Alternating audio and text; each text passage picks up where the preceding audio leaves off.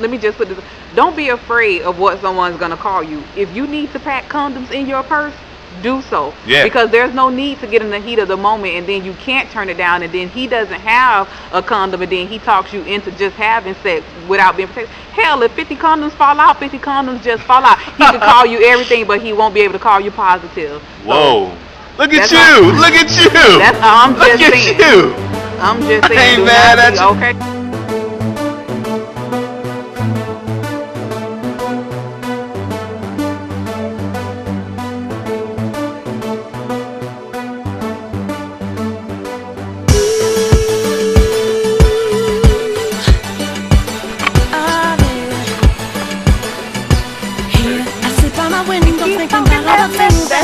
No, could you walk and talk at the same time? Hey, I can walk and talk.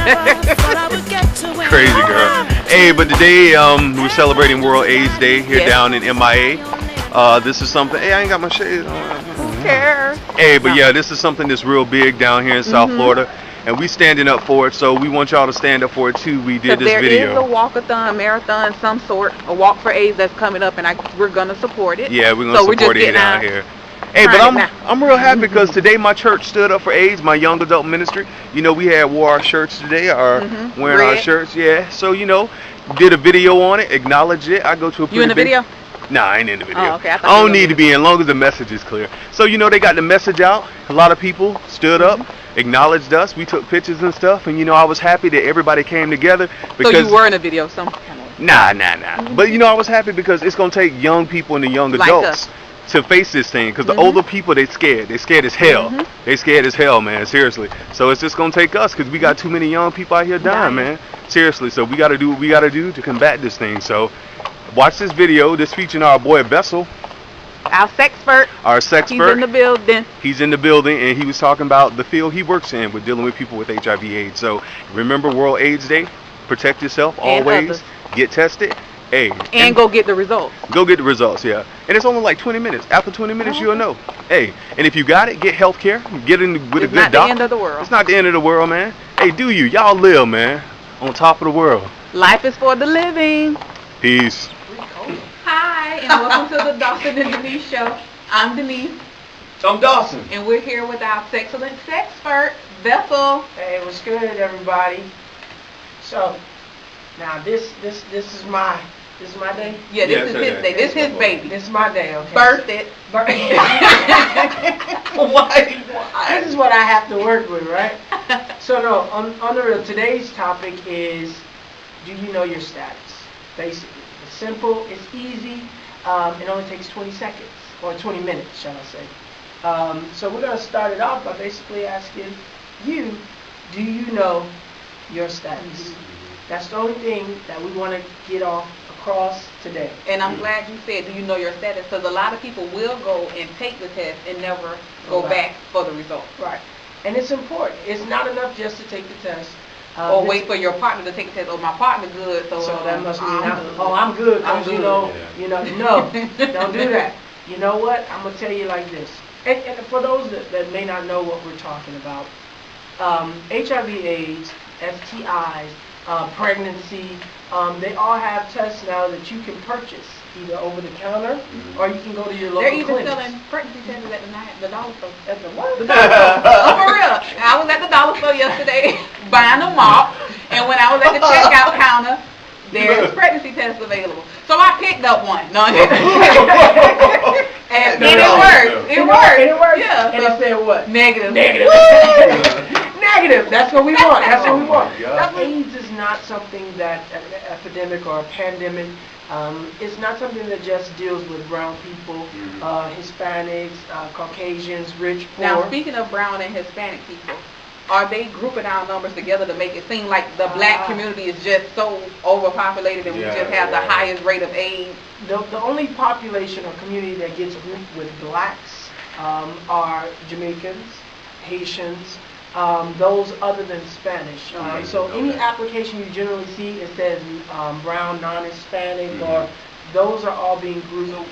I understand that, but what is like when people think about HIV testing and HIV, a lot of people, the thing is, but then they're like, oh, it's not happening in my area, or it ain't happening where I'm from.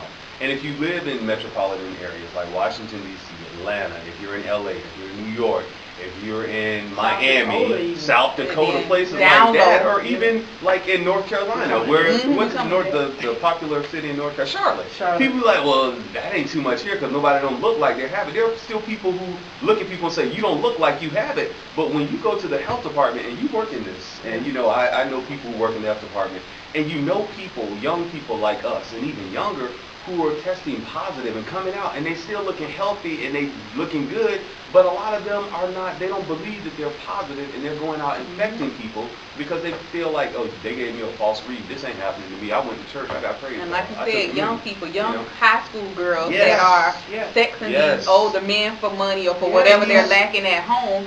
And the older man, and then the next older man. And then the older men have wives. And some of these men, they're teachers. They're in our churches. They're people we look up to, and they're dating these young girls. And young boys too. But you know what? And you mentioned the one place where this conversation needs to happen the most.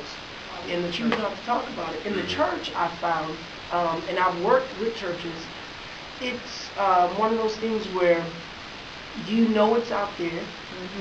You know it possibly could be as close as the person sitting next to you, but you don't want to interfere with what you believe is the religious standing of your church. And you are I'm very proud of the AME churches who have taken a stance nationally to actually come back and say that, listen, we want testing, not just outside people to come and test, but we want our churches to be testing sites.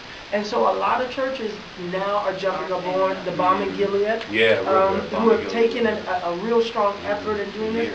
But the conversation itself can always be had regardless of where you're at. And I think that that's something that we, and I'll say we because and where is this cure? You know what? Because we got the swine flu. 5 months ago. Now they have the vaccine out just like that. Where is the cure for this? And you know, are the medical companies really making that? They're already making millions of dollars off of this. So is there no money in the cure? You know, I'm not a sugarcoater. Ladies and gentlemen, kids, boys and girls, all across the world, I am human. You see this shirt right here? When it all comes down to it, I'm human. And the reality of it is, I believe that there is a cure for everything. What happens is there are a lot of things comprised at this. You know, people would be out of jobs if certain things were revealed. I mean, prostitution is the only thing within this recession that hasn't gone down. It's gone up. Because people are like, hey, I'll take this one. Research. Yeah, research. Hey, y'all know I do. I ain't gonna count that. The thing is, people say, hey, let me go here and do this and do that. And I know this because I have friends who work at the health department of church. But anyway, that is that y'all crazy. But the thing is, that is something that's not going down. So people are jumping in stuff and they're doing stuff and they're married or they have girlfriends or boyfriends on the side. Or both. They have a girlfriend and a boyfriend. And then, I'm serious, it happens. And a lot of them in the churches too. And a lot of them are your teachers or people in the church you see every day. And the thing is, these innocent spouses who are at home, they're coming back being infected with something. And I know I got a friend personally who is, I mean, I don't want to put it out there, but she watches this. But has gone through that where her spouse gave her something and she grew up in the church. She didn't go out and sleep on him. She didn't do anything like that. Now she got to live with this because her husband went out and did something and like, oh, well, I ain't know. Hey, are you for real? I got it. Nigga, please. Yeah, you got it. I'm serious, man. He's mad. He is hot. But you cannot leave it up to somebody else to keep you safe. And I know that is unfortunate. But because when you're married, you feel a sense of protection. You feel like you don't tell your husband to put on a condom, or you don't tell your wife, oh, let me strap up. But if you suspect that your husband is cheating with you, but it's not even the suspecting. It's what it really comes up to, and it's unfortunate that we live in a time. Can I say it like that? Yeah. Okay. You can only trust yourself, and you can't even trust yourself as far as you can spit pee.